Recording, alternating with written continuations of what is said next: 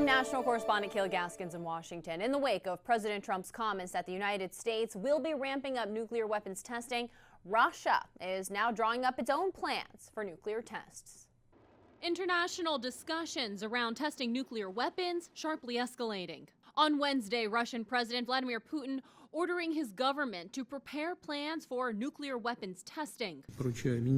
I instruct the Ministry of Foreign Affairs, the Ministry of Defense of the Russian Federation, Special Services, and relevant civilian agencies to do everything possible to gather additional information on this matter. Putin's request follows comments from President Trump, who said the United States is ready to resume its own nuclear testing. Why do we need to test our nuclear weapons? Well, because you have to see how they work. In a meeting Wednesday with his Security Council, Putin said Russia has adhered to the international treaty prohibiting nuclear weapons tests, but warned if the U.S. resumed such testing, Russia would be under obligation to take reciprocal measures.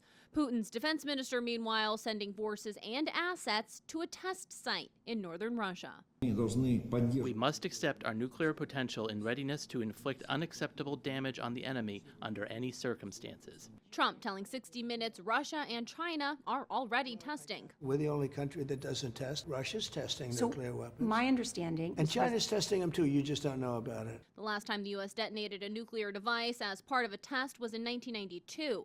Russia's last known nuclear explosive test was in 1990 and China's in 1996. Days after Putin said Russia tested a nuclear-powered underwater drone, Russia displayed a new submarine last weekend designed to carry nuclear torpedoes.